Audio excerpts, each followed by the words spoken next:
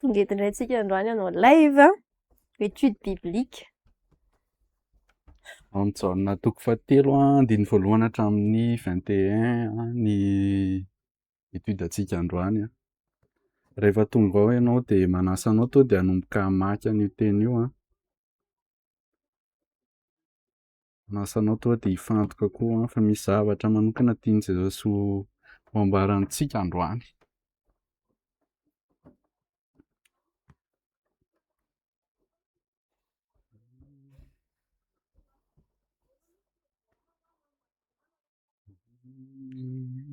Ohatran'ny hoe androany te hanao fiderana kely mandra-pahatonga amin'ny fotoana hoe amin'ny fito sasany sy mandra-piditry ny olona hoe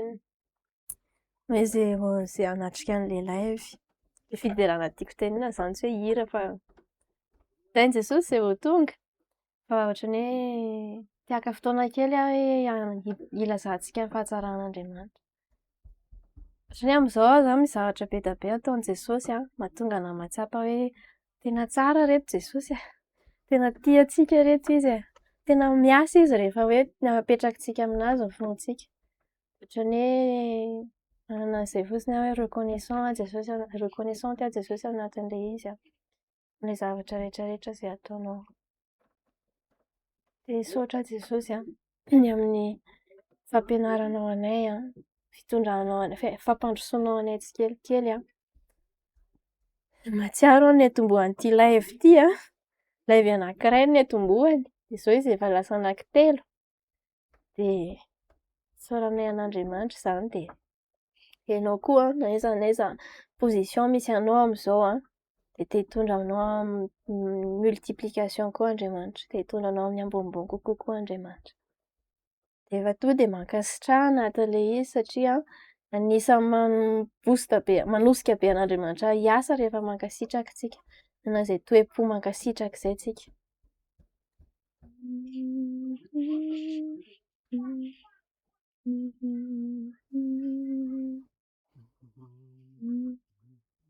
Araka ny teny Jaona teo Jaona toko fahatelo andiny voalohany hatramin'ny faha iraika amby roapolo ny étude antsika androany. Dia asaina ianao tonga dia hanokatra ny baibolinao tonga dia hanomboka hamaky tonga dia hi-se positionner handray révélation avy amin'Andriamanitra hoe hanomana ny fonao sy ny fanananao fa misy zavatra indray androany tian'i Jesosy atao eo amin'ny fiainantsika, tian'i Jesosy tenenina amintsika tsirairay.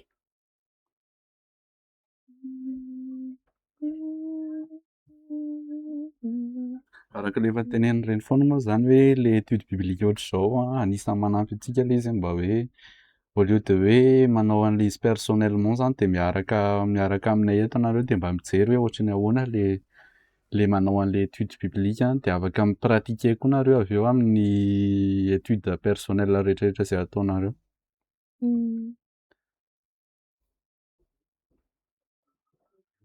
Izy izany ny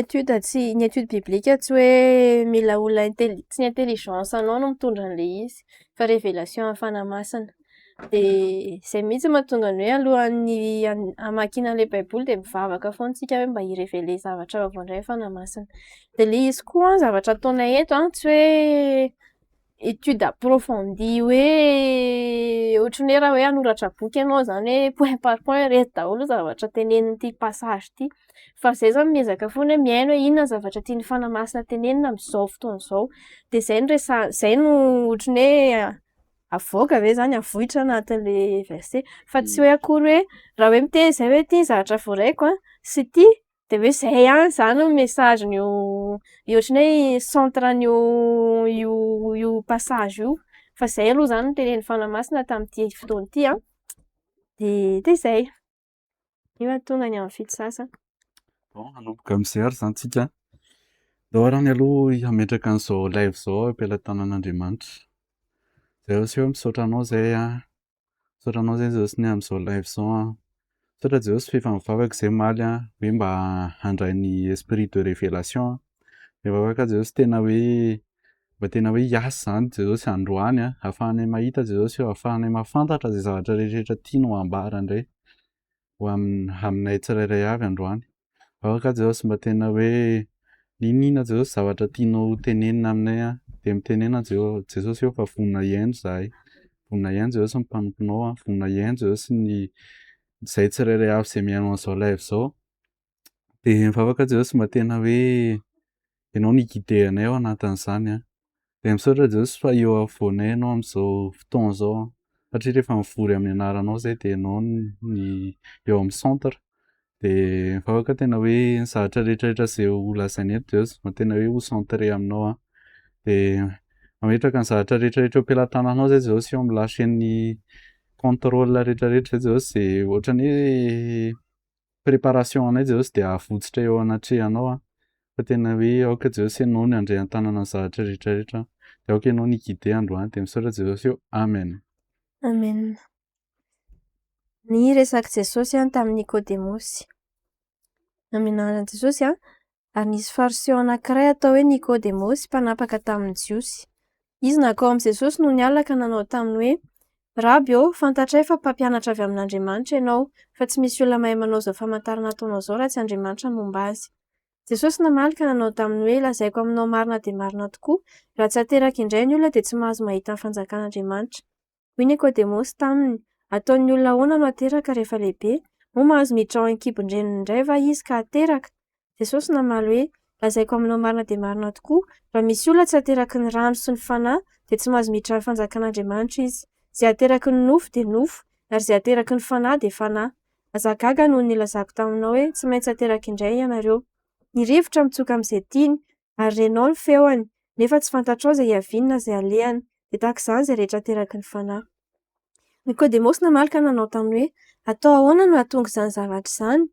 Jesosy namaly ka nanao taminy hoe ianao va mpampianatra ny Israely ka tsy mahalala izany zavatra izany? Lazaiko aminareo marina dia marina tokoa, izay fantatray no lazainay, ary izay hitanay no ambaranay, nefa ny fanambaranay tsy raisinareo. Raha ny zavatra ety an-tany aza no nolazaiko taminareo ka tsy hinoanareo, ahoana no hinoanareo raha milaza aminareo ny zavatra any an-danitra? Ary tsy nisy niakatra ho any an-danitra fa tsy ilay nidina avy tany an-danitra, dia ny zanak'olona izay any an-danitra. Ary tahaka nanandratana Mosesy ny menarana tany an-efitra, no tsy maintsy hanandratana zanak'olona mba hanana fiainana mandrakizay izay rehetra mino azy. Fa toy izao no itiavan'Andriamanitra izao tontolo izao, nomena zanalahy tokana mba tsy ho very izay rehetra mino azy fa hanana fiainana mandrakizay. Fa Andriamanitra tsy naniraka ny zanaka ho amin'izao tontolo izao hanameloka an'izao tontolo izao, fa mba hamonjeny izao tontolo izao. Izay mino azy dia tsy elohany, fa izay tsy mino kosa dia efa voaheloka rahateo, satria tsy nino ny anaran'ny zanakalahy tokan'Andriamanitra izy. Ary izao ny fanamelohana, fa tonga amin'izao tontolo izao ny mazava, nefa aleon'ny olona maizina toy izay ny mazava, satria ratsy ny asany. Fa izay rehetra manao ratsy dia mankahala ny mazava, sady tsy manantona ny mazava, fandrao hita miharihary ny asany. Fa izay manao ny marina kosa dia manantona ny mazava, mba haseho ny asany fa atao amin'Andriamanitra izany. Amen. Amen.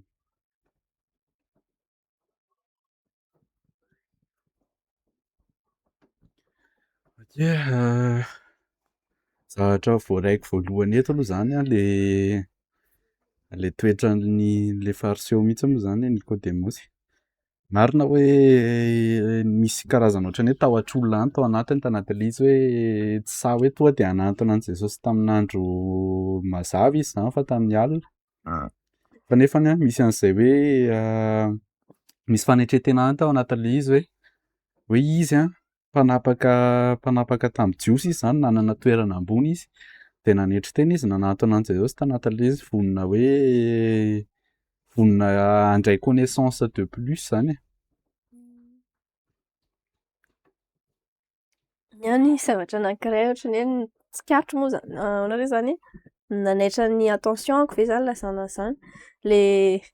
manomboka zany ny Nicodémosy de ohatran'ny hoe manao introduction am'le resaka zany izy hoe fantatray fa avy amin'Andriamanitra ianao fa zao de Jesosy zany de sady tsy mamaly izy tsy hoe inona fa tonga de lazaiko aminao marina de marina tokoa raha tsy ateraka indray ny olona de zao de ohatran'ny hoe hitako hoe Jesosy zany manana an'izay zavatra zay hoe hitany le zavatra tena any anatin'ny fon'le olona, le tena etaetan'le olona de tsy misancombre amina hoe protocole be izy hoe tsy maintsy misy anona be ohatr'izao na ohatr'izao fa tonga de hitsiny any amin'le zavatra tediavinao le izy hoe ohatran'le mpianatra anankiroa nanaraka anazy tonga de hitsiny hoe inona tediavinareo de hoe ny aiza ianao no mitoetra de eto indray tonga de hitsiny hoe ohatran'ny hoe fahitako an'le izy zany a efa nangididy tao an-tsain'ny Nicodémosy le ty resaky ty de tonga de direct teo am'le point mihitsy no nandehanan' Jesosy. De ohatran'ny hoe mahafinaritra kely anazy zany zay toetran'zay. Hoe tsy miolakolaka izy fa fa hoe ohatran'izay.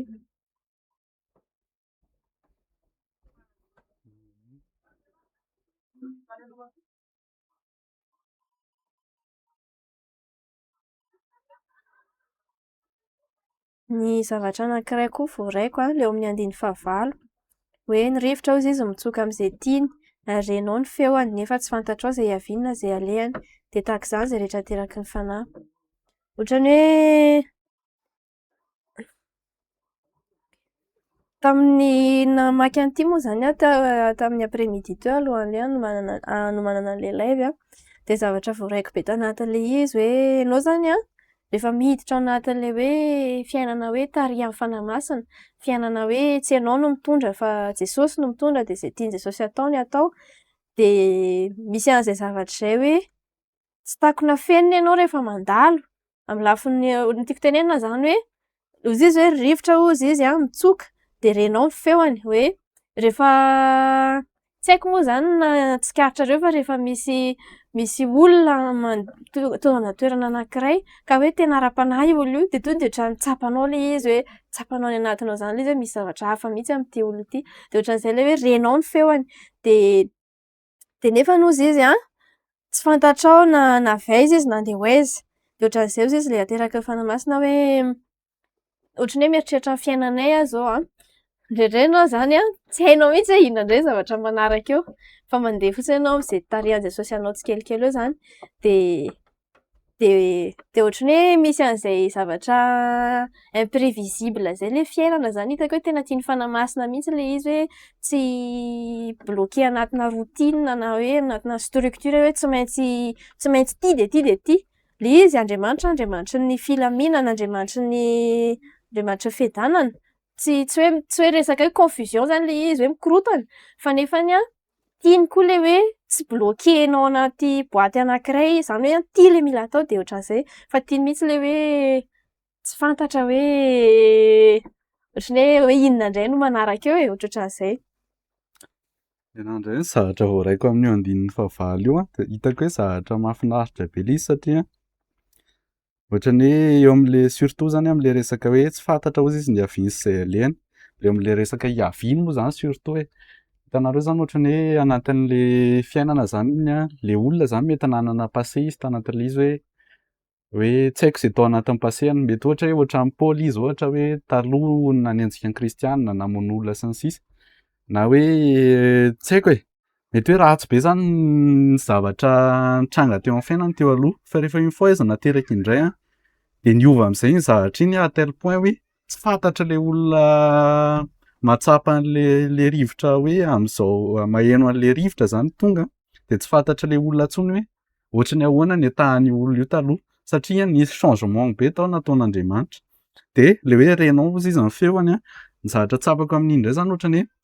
tsapan'le olona le fruit an'le zavatra namboarin'Andriamanitra tao anatin'le fiainan'le olona satria zany miainga tany amin'ny hoe fiainana hoe feno fahotana le olona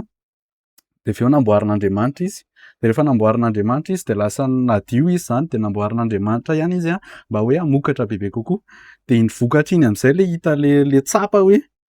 misy zavatra spesiala ato amin'ity olona ity ozy izy ny ten'Andriamanitra antsika ozy izy de fahazavan'izao tontolo zao de tsapa mihitsy zany zay rehefa mandeha rehefa miditra anatina toerana iray le olona hoe mitondra fahazavana ity olona ity ohatran'ny hoe misy zavatra ohatra hoe mikorotana be teo de ohatran'ny hoe misy fiadanana vao tonga le olona ohatran'ny hoe mitondra zavatra hafa tsy hay lazaina zany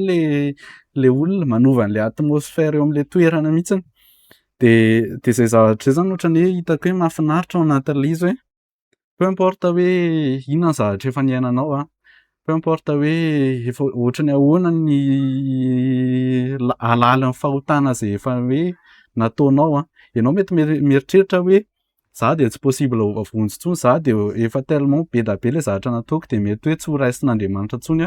fa araka io teny io tena hoe voninandray anao foana Andriamanitra anatin'le izy tiany foana ianao de rehefa ohatra ianao manaiky an'le izy manaiky hoentina manaiky amboarina ao anatin'le izy de afaka tsikelikely le le zavatra le toetranao taloha, le fahotanao taloha, le natiranao taloha afaka tsikelikely de mahazo natiora vaovao ianao. De rehefa mahazo natiora vaovao ianao a de na ny olona raha tsy ahafantatra intsony hoe ay ianao ty kay ohatr'izao taloha. Tellement lasa tena nisy changement be a tao anatin'ny fiainanao zany a nohon'le hoe nandray an' Jesosy a nateraky indray ianao a de aveo nanaiky an'le hoe ho amboarina ao anatin'le izy. Zavatra voaraiko kely amin'izany tenenin'izao zao le hoe raha ohatra zany ianao kristiana nandray an' Jesosy a firy taona zany nanarahanao ny tompo. Za tsy miteny an'le olona hoe vao teraka indray omaly ianao a fa le hoe efa firy taona nanarahana an' Jesosy de nefa tsy hita mihitsy le différence amin'ny fiainanao de mampieritreritra ihany le izy hoe tena ohatran'ny hoe ahoana fipetraky le hoe le fiainana kristiana iainanao zany anatin'le izy hoe tena miaina fiainana kristiana ve ianao rehefa tonga amina toerana iray ve ianao de tsapan'ny olona hoe misy zavatra hafa hoentinao avy any de izy tsy voatery hoe ohatran'ny hoe zavatra mipoapoaka be hoe tonga ianao tsy haiko fa tokony tsapan'ny olona foana le hoe le vokatry ny fanahy le vokatry ny fanahy fitiavana, fifaliana, fiadanana sy le anaky sivy le izy any amin'ny Galatiana 5 hoe rehefa am'izay zavatra raisin'ny tananao a zay zavatra idiranao anatina ohatran'ny hoe raha hoe misy zavatra anankiray de ianao miditra anatin'le izy de tokony hita mihitsy le izy hoe misy zavatra mihitsy miova anatin'izao zavatra ao fa raha ohatra ianao zany hoe tsisy vokatra ohatran'izay teo amin'ny fiainanao de mampametra-panontaniana ihany le izy hoe sao de mba anarana fotsiny le maha-kristianina anao a sao de hoe efa miantso anao mihitsy Jesosy androany hoe ohatran'izao le fiainana kristiana tokony tena iainana de avy ao anatin'le izy a hoe tena hoe atolory an' Jesosy indray fiainanao a tena hoe iaino tanteraka le izy a fa aza hoe ohatran'ny hoe faly fotsiny hoe bon anarana fotsiny le izy satria le 5 zao miteny hoe zay ateraky ny nofo de nofo ary zay ateraky ny fanahy de fanahy de mampieritreritra be zany raha ohatra hoe miteny ianao efa nateraky ny fanahy hoe nandray an' Jesosy ianao zany hoe nateraky indray ianao de nefa mbola nofo be ihany ianao zany hoe ohatran'ny hoe zavatra rehetrarehetra ataonao décision raisinao a de miainga amin'ny ino ty calcul be fotsiny fa tsisy plasy ho an'Andriamanitra ohatra le izy ohatran'ny hoe raha misy fahotana mbola mijano eo amin'ny fiainanao sy ohatran'izany de hitako hoe occasion hoe ahafahana mandiny tena ihany koa zany le izy a hoe ohatran'ny ahoana vokatra eo amin'ny fiainantsika raha hoe tena nateraky ny fanahy mihitsy tsika de ny zavatra anankiray koa tiako alevasa aloha zavatra anakely anatin'le izy ohatran'ny hoe tonga de exemple le zavatra niresahana teo zany hoe ianao zany a ohatran'ny hoe mitondra fahazavana ianao amina toerana anankiray de zavatra teneniny zao any amin'ny 5 izy hoe fa izay rehetra manao ratsy izy de mankahala amin'ny mazava de ianao zany indraindray a tokony hoe tsy voatery hoe zay foana fa indraindray zany ianao tokony hoe miditra anatina toerana anankiray ianao ohatra hoe misy groupe d'amis ohatra de miditra anatin'iny groupe d'amis iny ianao a de tonga de misy olona tsy à l'aise eo satria tsy voatery hoe le resaka hoe personnalité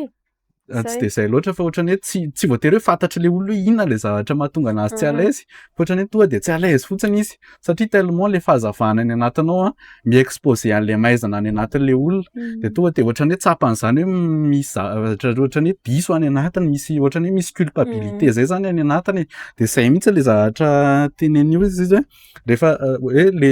le rivotra zany reny feoany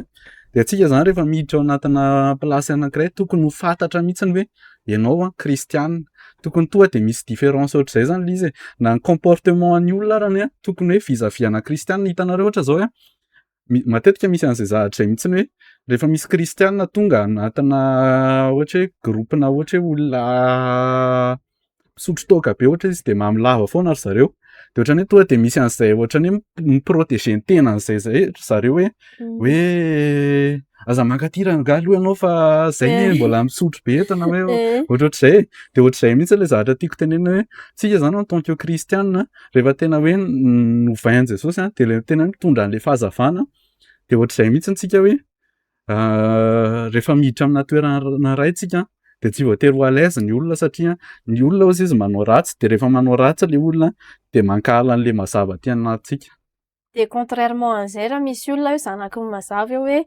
na izy hoe kristiana koa izy olo mandeha amin'ny fanahy koa izy a na izy hoe olona ohatrany hoe mangetaheta izy zany fa tsy hainy de vao tonga ianao de tiany fotsiny amin'izao ianao tena hoe tsisy resaka natao tsy nisy hoe inona natao fa de tonga de tian'le olona fotsiny amin'izao ianao fifandraisana raha misy fotoana to de ohatrany hoe mandeha ho azy zay le izy de to de mandeha ho azy le resaka de miresaka zavatra ara-panahina ena tsy voatery hoe zay tsy voatery hoe resaka ara-panahy le izy fa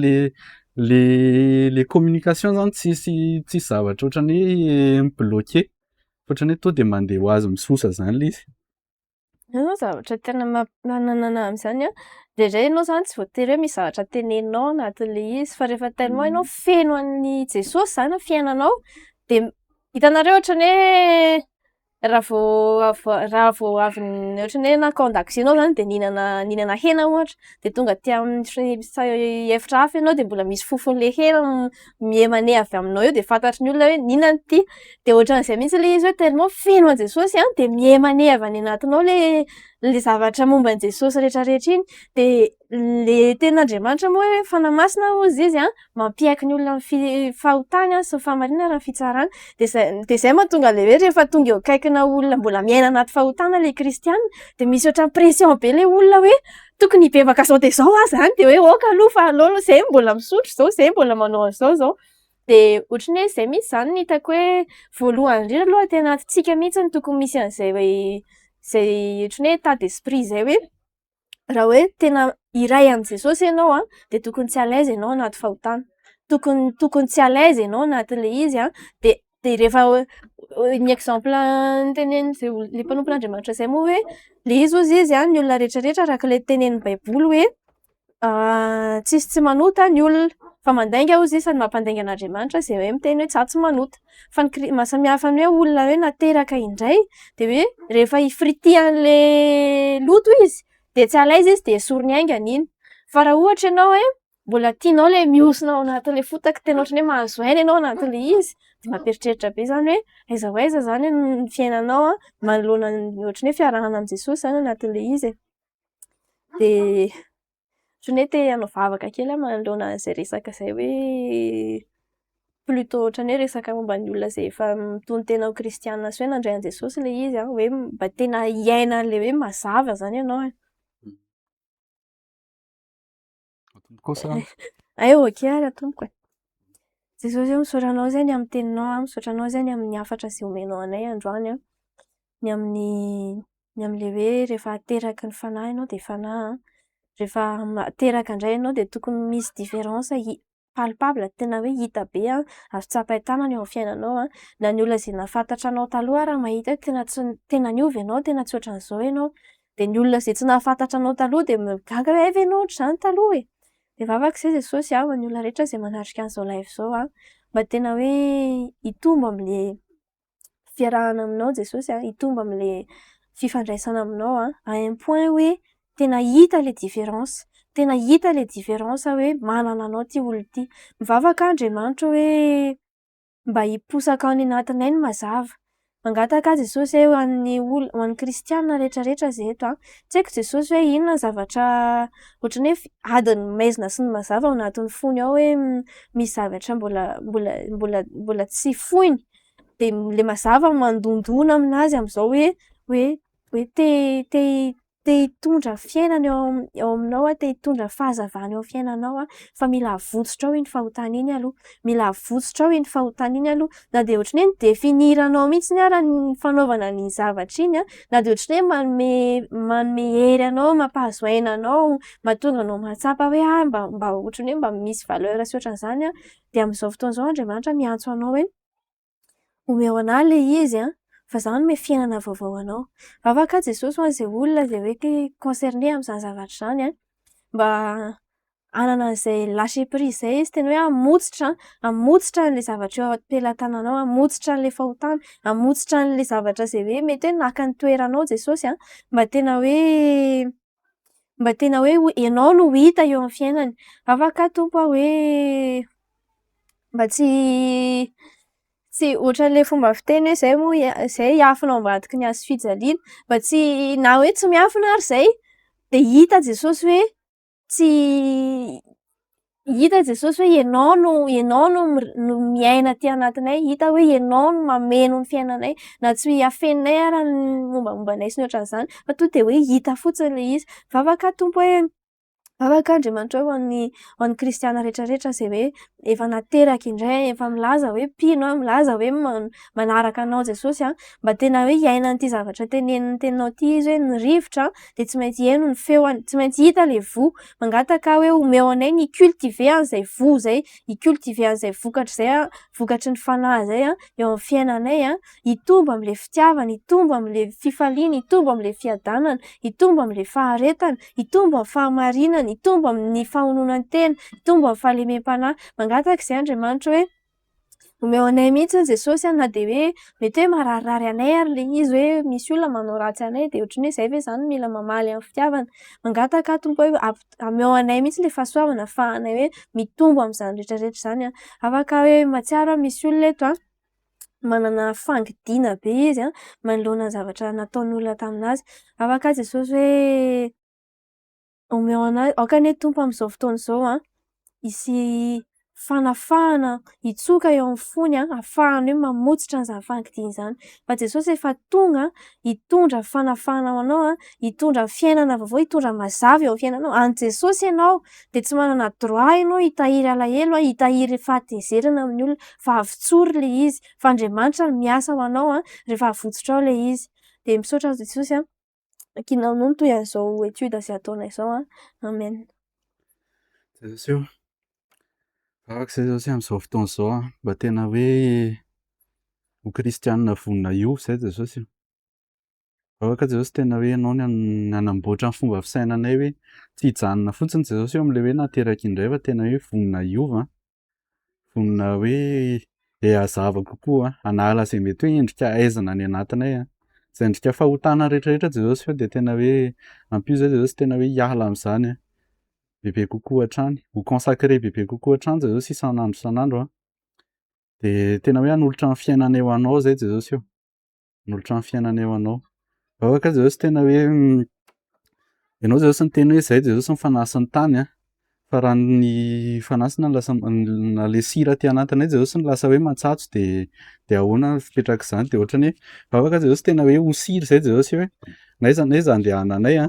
de tena hoe hitondra impact zay Jesosy, hitondra tsiro zay Jesosy amin'izay toerana rehetrarehetra andehananay. Vavaka Jesosy tena hoe ho fahazavana zay amin'izay toerana rehetrarehetra andehananay, hitondra ny fahazavanao zay Jesosy eo, hitondra ny fahazavanao zay mba tena hitondra hoe espoir vaovao Jesosy anatin'ny fiainan'ny olona. Vavaka Jesosy tena hoe ho tsapan'ny olona hoe tokony hibebaka izy rehefa mandalo zay amina toerana anankiray. Vavaka Jesosy ny masonay tena hoe tahaka ny masonao hoe hitondra fibebahana rehefa mijery olona fotsiny zay Jesosy de ho tsapany hoe tena mpanota izy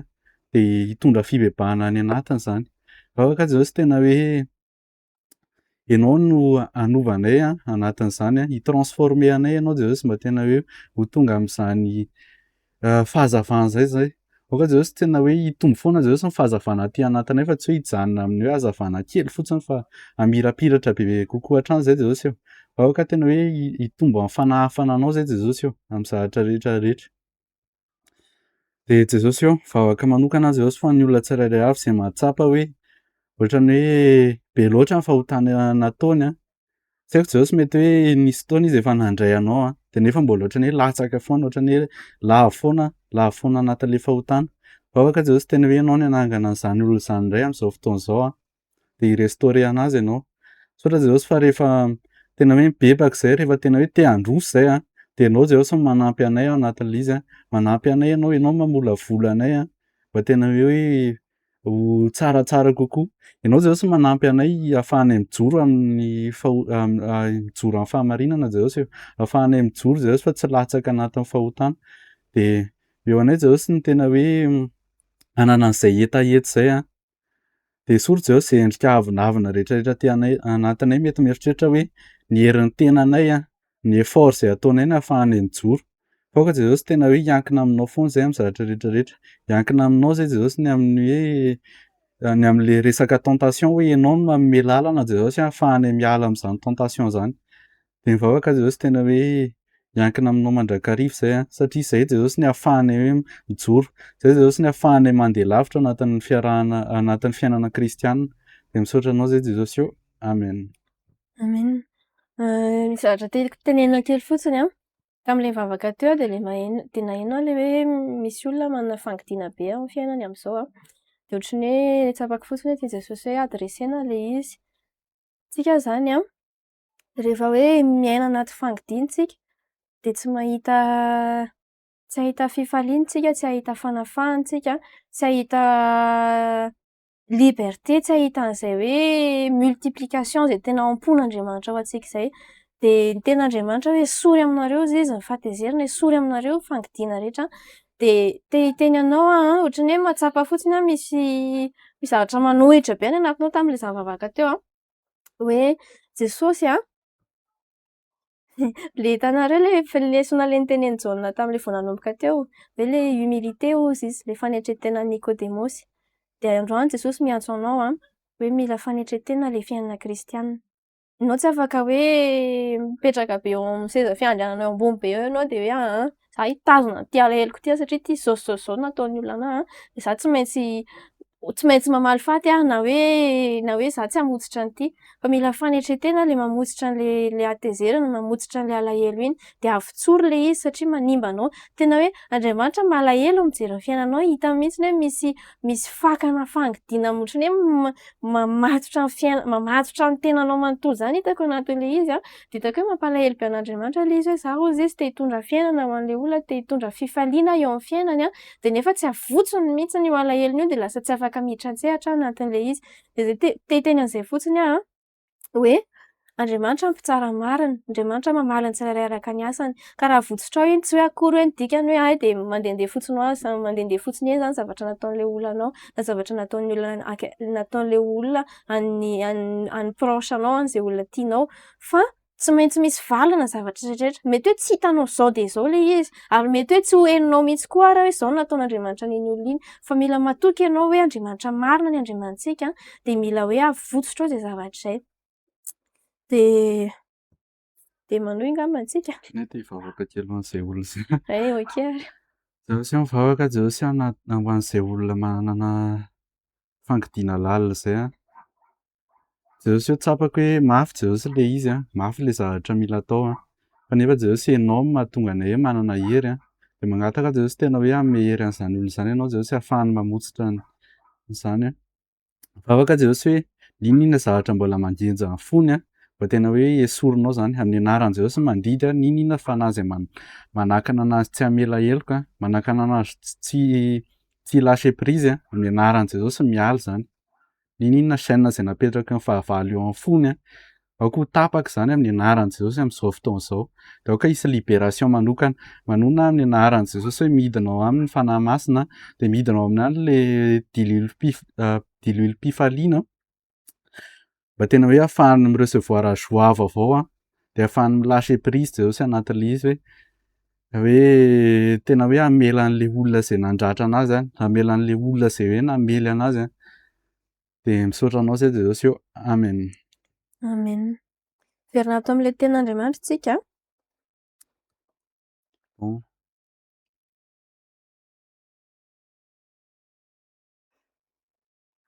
Mamela mafy Jesosy anatin'le izy. Ie. Ohatran'ny hoe avy naheno an'izay prophétie zay de le verset 11 no hitako hoe zay fantatray no lazainay ary zay hitanay no ambaranay. De hoe ohatran'ny hoe misy zavatra asehon'Andriamanitra anao de mila teneninao le izy. Ohatran'ny sakia te zatra anao am'le mamelo mafy Jesosy. Ohatran'ny hoe remarque fotsiny hoe le olona zany efa mba mi-s'humilier hoe manantona an'i Jesosy de aveo ny tenin'i Jesosy nefa de hoe ianao ve mpampianatra an'Israely de tsy mahalala an'izany zavatra zany. Fa nefa hitako hoe mikitika point sensible Jesosy anatin'le izy hoe hitanareo ohatran'ny hoe le position an'le olona zany efa ambony de ohatran'ny hoe zavatra bazika zany le izy ohatran'ny hoe tokony ho fantatra le olona de ohatran'ny hoe tsy haiko mikitika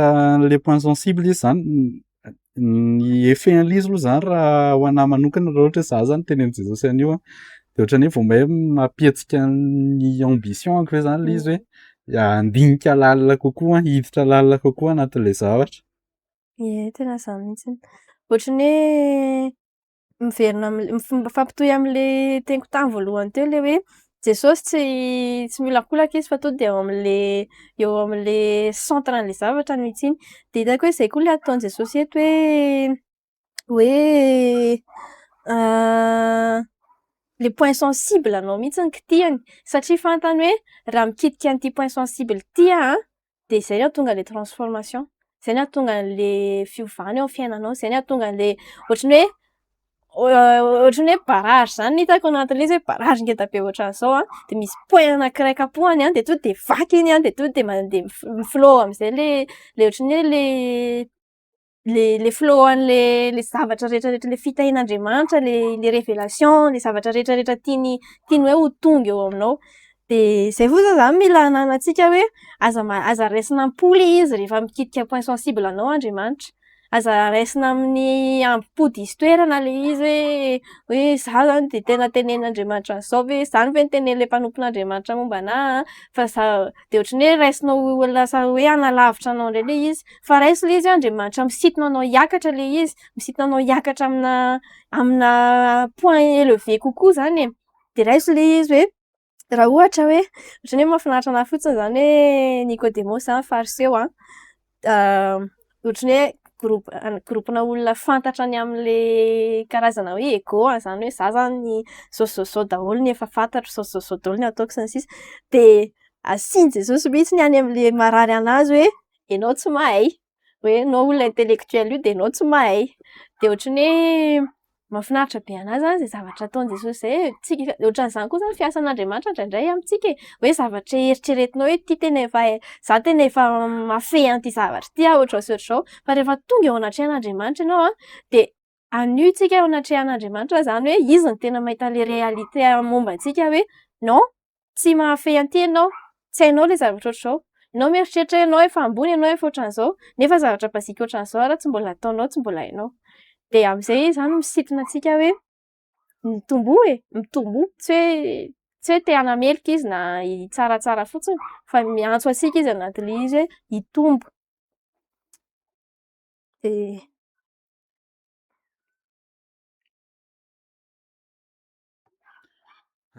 Le 11 zay fantatrao izy zany lazainy zay hitanay no ambaranay. Ohatran'ny hoe misy an'izay resaka révélation zay foana moa zany niverina tato ho ato nanomboka tamin'ny omaly tsika nivavaka ho an'le resaka révélation de ohatran'ny hitako hoe mbola miverina ihany le izy hoe important zany le rehefa mizara zavatra ianao de tsy hoe mizara théorie fotsiny hoe zavatra ohatran'ny hoe nisy nampianatra an'ity de aleo fa averiko tantaraina eto le izy fa ozy izy zay fantatray ozy izy no lazainay ohatran'ny hoe zay zavatra maîtrisenay zany no lazainay de eo koa le hoe zay hitanay no ambaranay hoe zay zavatra hitanay zay ampiseho an'i Jesosy anay zany ohatran'ny hoe ambaranay anatin'le izy de ohatran'ny hoe mila mianatra an'izay zany tsika anatin'le izy hoe mila zavatra efa hoe niainanao efa mipratikenao le izy de iny no ampianarinao satria misy ohatran'ny hoe misy poids kokoa le izy rehefa ohatra hoe zavatra efa niainanao, zavatra efa pratikenao le zavatra tantaraina sady afaka mizara expérience ianao anatin'le izy de fantatry le olona kokoa de manière hoe pratika kokoa am'le olona zany mi-appliquer an'le zavatra zarainao rehefa ohatra hoe zavatra appliquenao personnellement koa le zarainao. Miresaka an'le hoe révélation ianao de miverina kely an'le resaka rivotra teo hoe ny rivotra mitsoka am'izay tiany de ohatran'ny hoe amiko le zany ohatran'ny hoe confirmation an'le zavatra omaly le hoe Andriamanitra miteny amintsika amin'ny alalan'ny eritreritra zay alefany ao anaty saintsika hoe ianao zany rehefa hoe ateraky ny fanahy hozy izy de ny rivotra mitsoka am'izay tiany. Misy teny zay hoe ny nofo no manohitra ny fanahy de ny fanahy manohitra ny nofo hozy izy fanohitra izy roa mba tsy azonareo manao zay tianareo zany hoe rehefa mbola mahery vaika le nofo any anatinao de tsy afaka manao zay tianao ianao fa rehefa tena hoe mitombo le ateraky ny fanahy ianao zany le hoe miaina le fiainana am'le hoentin'ny fanahy de ny rivotra mitsoka am'izay tiany tsy ohatran'ny hoe ohatran'ny rivotra ohatran'io hozy izy zay rehetra ateraky ny fanahy ohatran'ny hoe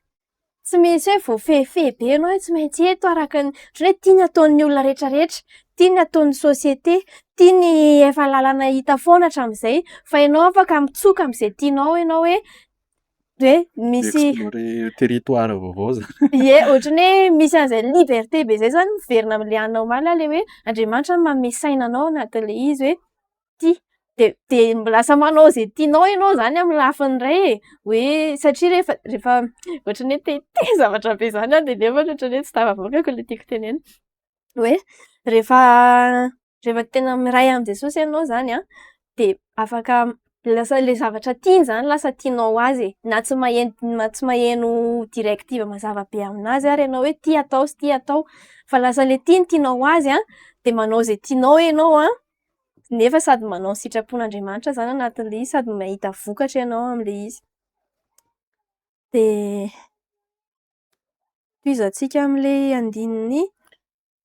ohatran'ny hoe te hizatra ianao? Ohatran'ny hoe antsika resaka maly amin'ilay resaka hoe mandeha par étape ilay zavatra de ohatran'ny hoe mbola confirmen'i Jesosy amin'ilay andininy fahadoza ilay izy hoe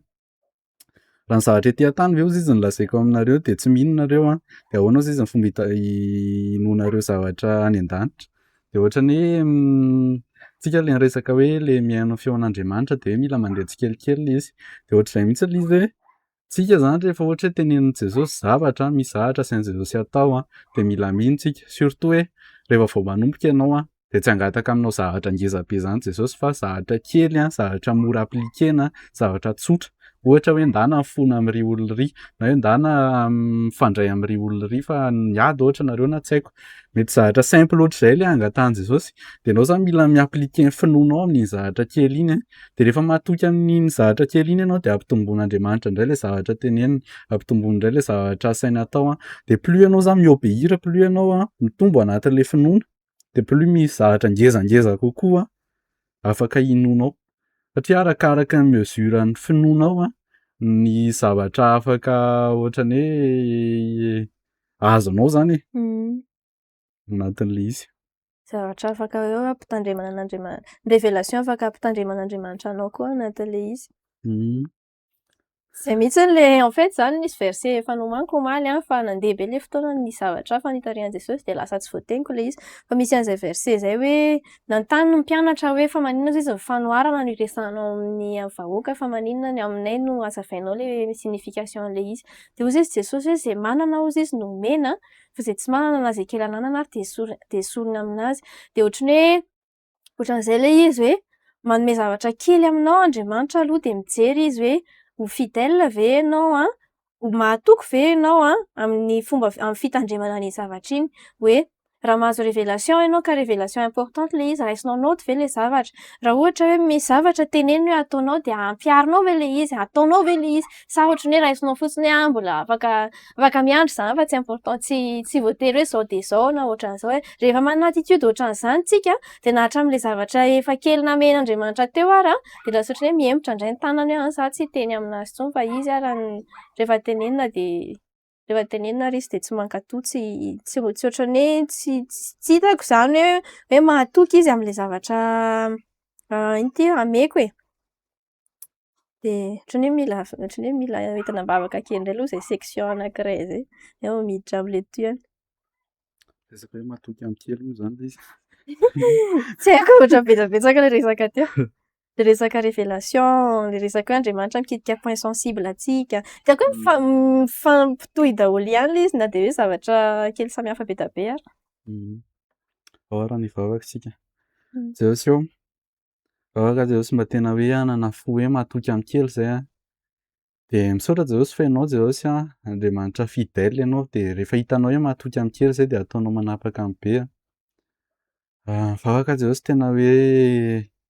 ho fidèle koa zay Jesosy amin'ny zavatra rehetrarehetra zay omenao anay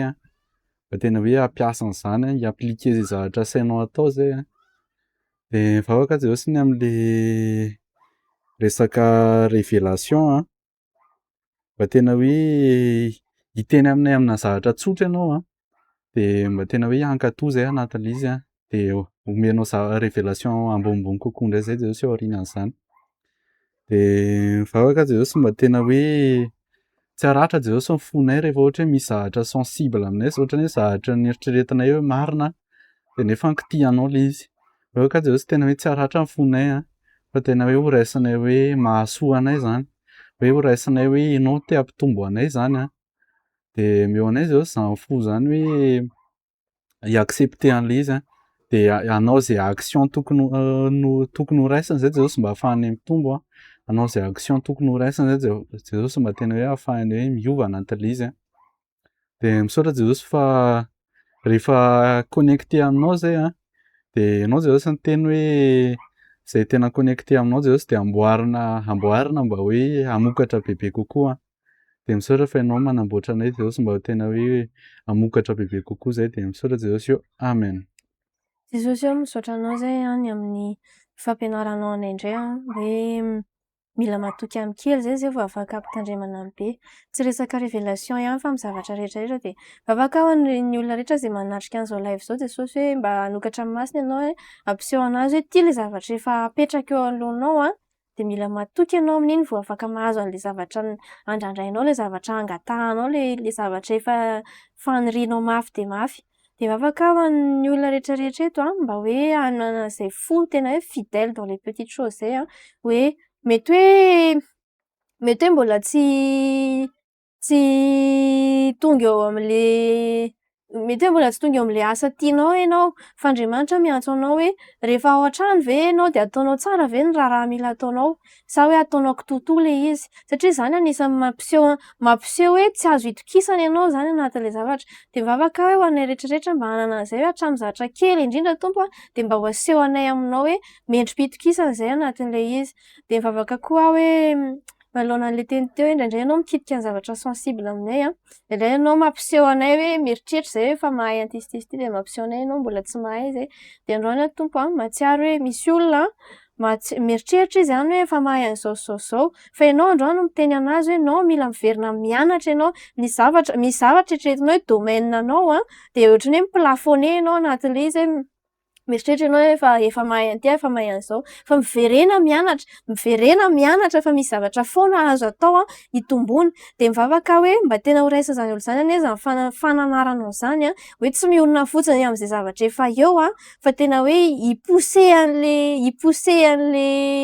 le fianarana le fandalinana le fitomboana Jesosy amin'izay hatreo amin'izay limite tena hoe farak'izay lavitra indrindra vitany mba hoe ahafahanao mahita hoe ok afaka manome anao mihoatra zao satria efa nitombo ianao de mivavaka Jesosy hoe ho anay rehetrarehetra mihitsy koa amin'le resaka révélation hoe mba tsy hanana an'izay avinavina zay maika fotsiny ohatran'ny hoe hizesika eo mason'ny olona zany hoe tia ny zavatra tia mipartage tia zavatra ohatran'ny hoe zavatra henonay tamina toroteny na zao tsy ho maika fotsiny zay betibety sy hampianampianatra be fa mba tena hoe hiainanay le izy aloha de zay vao hoe mizara an'le izy amin'ny hafa de misaotra Jesosy afaka hoe omeo fo tena hoe fo vonona ankatoja Jesosy ny tsirairay anatin'le izy fa tsy fo hoe fo vato de misaotra Tompo amen. Ny zavatra manaraka voaraiko le andininy 14 io 14-15 le hoe tahaka nanandratan'i Mosesy ny menarana tany anefitra hozy izy tsy maintsy hanandratana zanak'olona mba hanana fiainana mandrakizay izy rehetra mino azy de ity moa zany fantatsika hoe le hoe nanandratana an'i Jesosy zany le hoe Jesosy teo amin'ny hazo fijaliana de indraindray le izy zany ohatran'ny hoe le terme ampiasaina hoe misandratra zany hoe ohatran'ny hoe raha misandratra zany ohatran'ny hoe miakatra vonaitra ny eritreretiny nefa le réalité ao ambadika an'le izy misy fahoriana misy fahafatesana hiainana anatin'le izy de ohatran'ny hoe zao zany misy zavatra voaraiko be amin'izay zavatra izay hoe raha te hisandratra isika raha te hitondra antsika amina fanandratan'Andriamanitra kanefany misy endrika fahafatesana aloha mila hiainana anatin'le izy mila matiny amin'ny tenantsika tsika de tsy haiko hoe ohatran'ny hoe misy zavatra personnel mihitsy ny hitako hoe tian'i Jesosy tenenina amin'ny tsirairay anatin'izany hoe tsy voatery le resaka fahotana fotsiny zany tsy voatery le resaka hoe mila mivavaka isan'andro sy ny ohatran'izany fotsiny zany fa ohatran'ny hoe mahatsiaro hoe alohan'le Izay fotsiny henoko eto zany hoe alohan'le fanandratan'Andriamanitra anao de miandrandra Andriamanitra hoe misy misy olona any a tiany hanaovanao soa, misy olona any tiany hoe hiseho sakrifie ho an'io olona io ianao aloha. De rehefa ohatran'ny hoe misy an'izay endrika fahafatesana izay iainanao de zay Andriamanitra vao hoe manome anao le promotion, manome anao le asa vaovao, manome anao an'le gloire vaovao zay. Fa misy an'izay zany le fiainana mihitsiny hoe fanetretena mialoha ny fisandratana e. De Ilay izy tena hoe le modelan'i Jesosy mihitsiny e. Le modelan'i Jesosy hoe izy zany te avy any an-danitra de nanaiky izy hoe s'humilier aloha ety ambony tany. De tanatin'le humiliation niafara tamin'ny hoe izy maty teo amin'ny hazofijaliana ilay izy. Niafara tamin'ny hoe izy ohatran'ny hoe nikapohana, nijaly de tao aorianan'izay rehetrarehetra zay izy zay vao ni-triompher hoe nitsangana tamin'ny maty de iny moa zany ino moa zany no ohatran'ny hoe nidéfinir an'le victoire tao anatin'le izy. De ohatr'izay mihitsiny tsika hoe tsika zany ohatran'ny hoe graine tsika zany e, tsy maintsy nalevina aloha de rehefa une fois tsika milevina de tondrahan Jesosy amboaran Jesosy anatin'le izy de iny am'izay tsika fa maniry de zay zany vao mivoaka. De io fotoana io mety hoe vetivety, mety hoe ela fa arakaraky ny obéissance arakaraky ny le angezan'le zavatra omanin Jesosy ao aoriana koa le izy. Raha ohatra hoe zavatra ngeza be le omanin Jesosy de tsy maintsy hoe elaela aloha ianao zany tsy maintsy maka fakan'ny lalina zany le planty zay vao afaka hoe mi-soutenir an'le poahany iny izy. Ohatran'ny hoe raha trano avo be zao le trano de tsy maintsy tsy maintsy hoe tsara be ny fondation zany, tsy maintsy hoe lalina be le fondation zay vao afaka construire an'le ao amboniny. De iny fotoana iny nefa matetika ohatran'ny hoe tsy zakan'le olombelona le izy fa ohatran'ny hoe maika fotsiny anatin'le izy hoe tonga de le zavatra mipoapoaka zany e. De ny olana nefa rehefa ratsy ny fondation anao de hozy izy ny tenin'Andriamanitra hoe rehefa eo ambony fasika ianao zany mametraka ny fondation anao de rehefa tonga ny problème, rehefa tonga le tempête tonga le orana, le rivotra, le rika de mianjera ianao satria tsy tsara le fondation anao. Fa rehefa ohatra ianao manaiky an'le fanamboarana, manaiky ianao hoe alohan'le fisandratana tsy maintsy misy le fanetretena de rehefa manaiky an'izay ianao de mipetraka tsara ny fondation anao de na inona na inona zavatra mitranga avy eo de tsy mihozongozona zany ianao, tsy mianjera ianao satria tsara ny fondation anao. de le izy tsy resaka hoe fiainanao en général fotsiny fa na anatina hoe projet ary le izy zany hoe misy projet atomboka ao de raha ohatra le izy hoe tsy lalina le fondation, tsy lalina le préparation efa nataon'Andriamanitra taminao taloha nanaovana iny projet io de mety hoe afaka misisika ianao hoe ataoko fotsiny ity de atsanganao le projet fa vao vetivety kely de misy zavatra de simba le izy, misy zavatra de rava le zavatra atao, misy zavatra de ohatran'ny hoe tsy maintsy mandeha anoloana le izy de eo am'izay ianao le mieritreritra hoe fa maninona ary zay atsangako rehetrarehetra de ohatran'ny simba daholo de mila mandihy. Mety hoe fotoana mihitsy zao hoe Andriamanitra mampipetraka anao mihitsy aloha hoe ohatran'le tanaty vavaka teo hoe mianara aloha manino ty ataovy aloha le travail sur soi hoe mahay manino ty fidèle ve ianao mi-gérer an'izay zavatra efa omen'Andriamanitra anao aza maika fotsiny hoe tonga de anangana de hitan'ny olona indraindray koa manko le izy ohatran'izay hitan'ny olona rehetra hoe za tena mahavita zao fa mila manana an'izay tsika hoe le humilité zay hoe indraindray tsy hoe indraindray moa zany e fa hoe tena zay mihitsy le lalan'ny fiainana hoe manomboka am'le zavatra tia miafina aloha de zay ianao vao afaka hoe misandratra, zay ianao vao afaka manangana zavatra hoe durable. De misy olona miteny teo hoe Tahin'i Jesosy Bôlo Pix de tahin'i Jesosy gazety. Miteny fotsiny izy hoe vao message vao azony vao ohatran'ny hoe vao nozarainy vao haingana mihitsiny hozy izy zany. resaka fanetretena. Ok, aiza zany tiako zao. 16 zao ny zavatra manaraka zany ty zavatra ty henoko be taminy nanao prépa n'ity live ty hoe fa toy izao hozy izy nitiavan'Andriamanitra an'izao tontolo izao nomena ny zanany latokana mba tsy ho very sy rehetra mino azy fa hanana fiainana mandrakizay. De Andriamanitra izy tsy naniraka ny zanaka ao amin'izao tontolo izao nameloka an'izao tontolo izao fa mba hamonjeny an'izao tontolo izao. De otrany hoe henoko be mihitsy hoe misy olona eto efa henonao foana ihany io verset io hoe tianao Jesosy sy ny sisa de otrany hoe mandalo fotsiny ohatran'izao ilay izy. Fa Andriamanitra androany te hiteny aminao hoe tena tiany ianao. Mety hoe hatramin'izay ianao mety hoe tadiavin'ny ray aman-dreninao esorina ianao tany am-boaka ohatra na mety hoe ny olona manodidina ny ray aman-dreninao. Mety hoe nisy niteny ianao hoe accident fisianao. Mety hoe tany am-pianarana ianao na ohatran'izany de tsy tia ahilikiliky ny ankizy foana vokatry ny hoe personnalité anao na toetranao na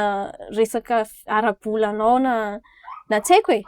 Tsy haiko izay hoe mety antony nahatonga ny hoe ny olona hoe tsy tianao sy ohatran'izany de nahatsiaro ianao tanatin'ilay izy hoe tsisy tia. Misy zavatra koa mety hoe niainanao tanatin'ilay izy de nampangidy anao tamin'Andriamanitra hoe Andriamanitra tsy tianao na tsy miraharaha anao. Fa androany Andriamanitra te hampatsiaro anao indray izy, te hiteny anao indray izy hoe tonga à un point hoe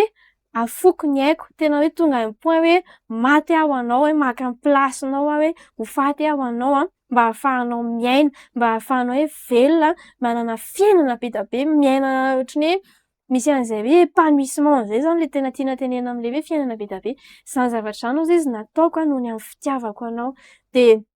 indray moa tsika misy ohatran'ny hoe zavatra tsapako be fotsiny hoe misy olona eto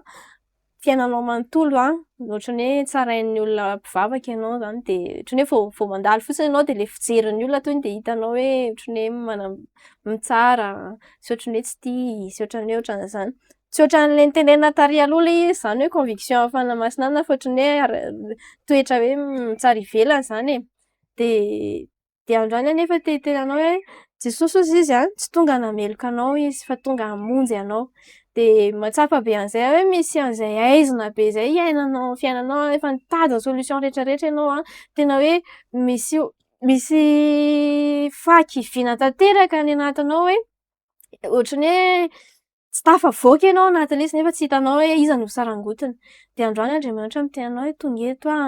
hitondra famonjena ho anao fa ianao mila mandray an'ilay izy. Mila mandray an'ilay izy ianao ohatran'ilay teny teo hoe mankeo amin'ilay mazava. Fa rehefa tsy mankeo amin'ilay mazava ianao de lasa mijanona ao anatin'iny etahana fahakiviana sy le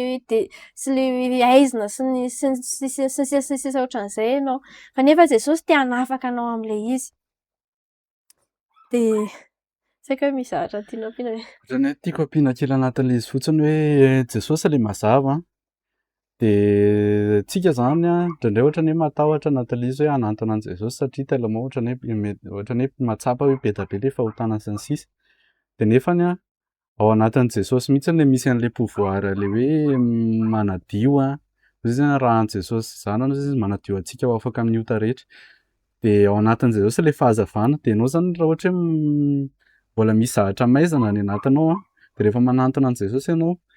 de tratran'ilay mazava ilay maizina iny de eo amin'izay zany tsy zakanao intsony iny mazava iny de lasa mibebaka ianao anatin'ilay izy de miha mazava kokoa zany ianao. De zay ilay izy hoe plus ianao manantona an'i Jesosy de plus zany miha madio kokoa ianao e. Zay mihitsy ilay izy. Misy an'ilay ohatran'ny hoe tantaran'i Isaia angambany izy zay raha tsy diso hoe tanatina vision izy zany. De rehefa tena teo anatin'ilay fanatrehan'Andriamanitra izy de tena tsapany hoe manota. Hoe tsapany izy zany hoe tsy marina fa manana fahotana. De avy eo tonga amin'izay ilay anjely mitondra ohatran'ny hoe afo teo amin'ny vavany nanadio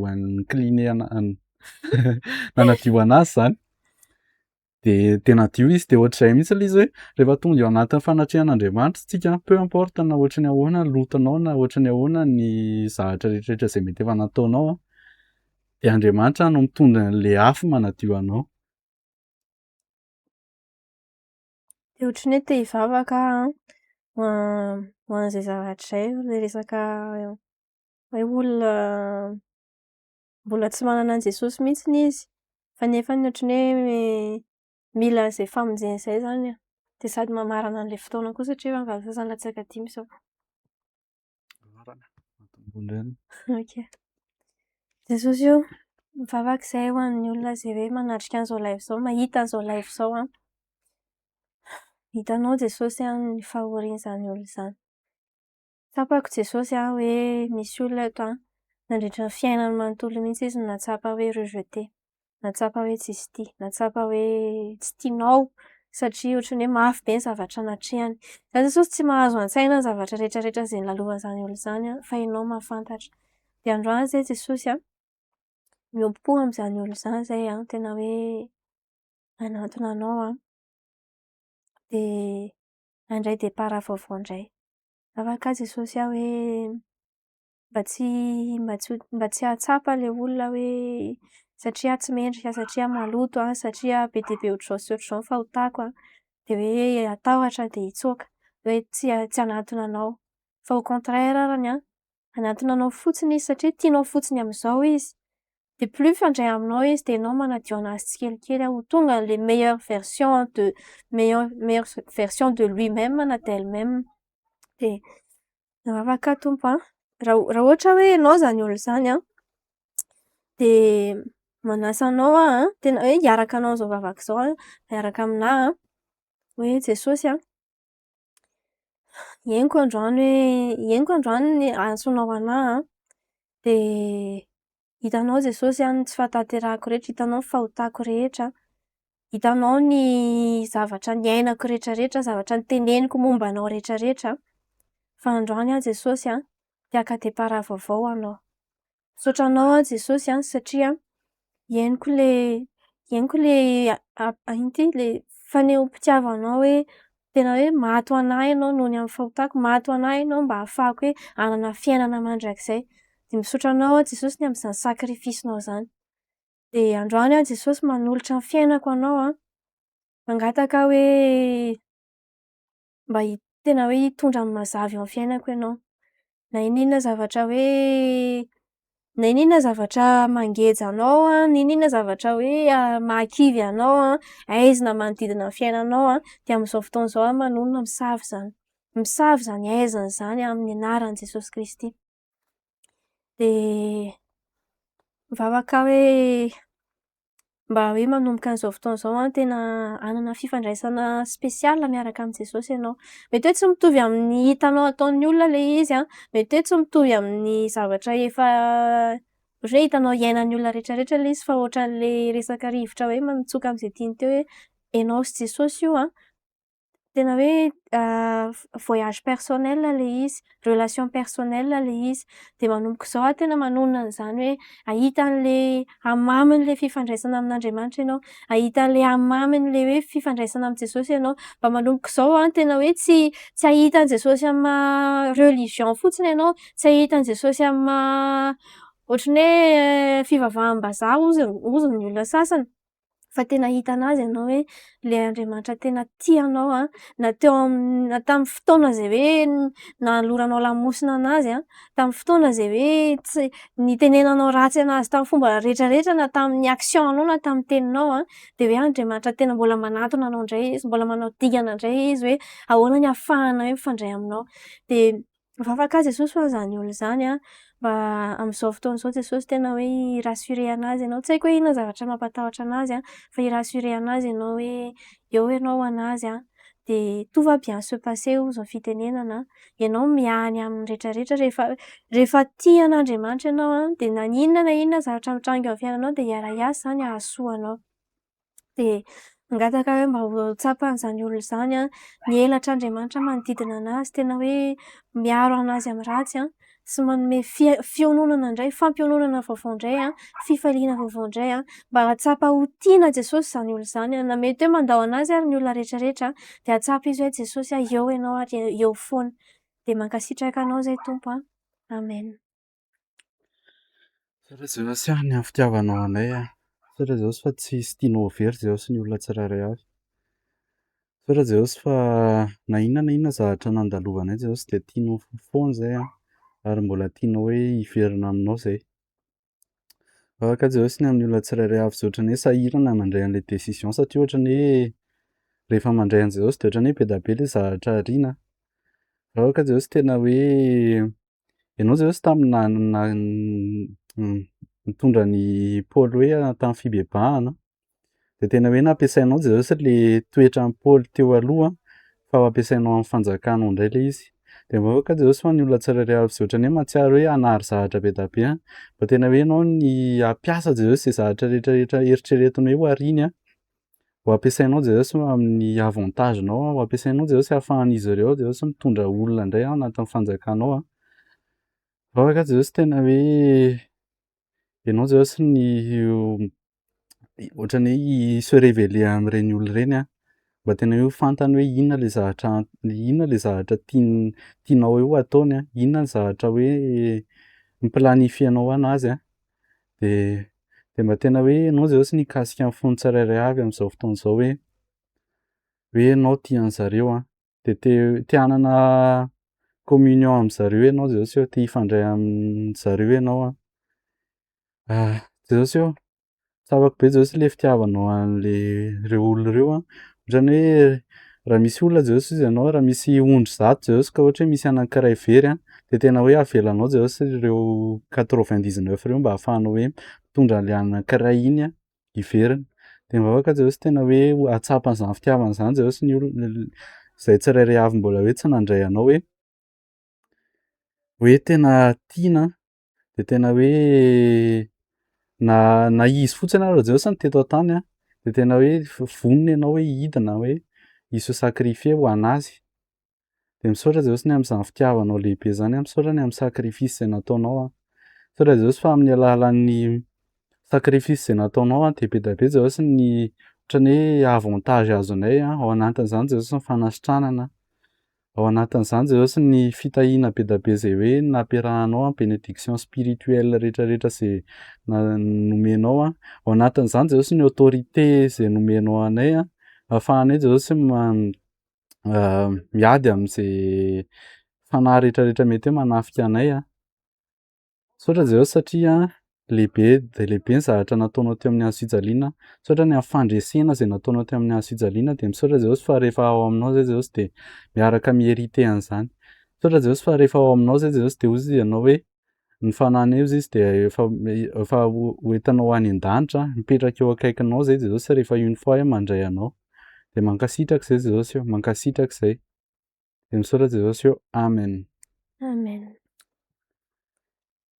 Bon. Zay reto ny fotoanantsika androany Tahiny Jesosy daholo de rapitso indray.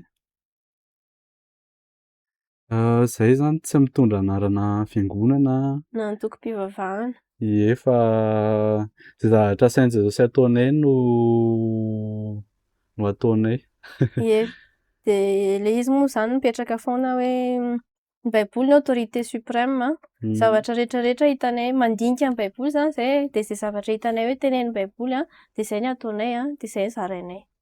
de zay zany le foto-kevitra ijoroanay raha hoe zay no tianao anontaniana par rapport am'le resaka hoe antoko-pivavahana fa zay tsy mitondra anarana hoe de rapitso indray zany fito sasany ny replay moa zany mazava ho azy efa any amin'ny Facebook foana de tahiny Jesosy daholo tsika tsirairay avy rapitso ny live prière et partage indray ny thème-ntsika rapitso hoe maharitra hatramin'ny farany de misy an'le hoe zay maharitra hatramin'ny farany no vonjena zany précisément fa lava be le izy de nataonay zay maharitra hatramin'ny farany ie de tahiny Jesosy daholo tsika rehetra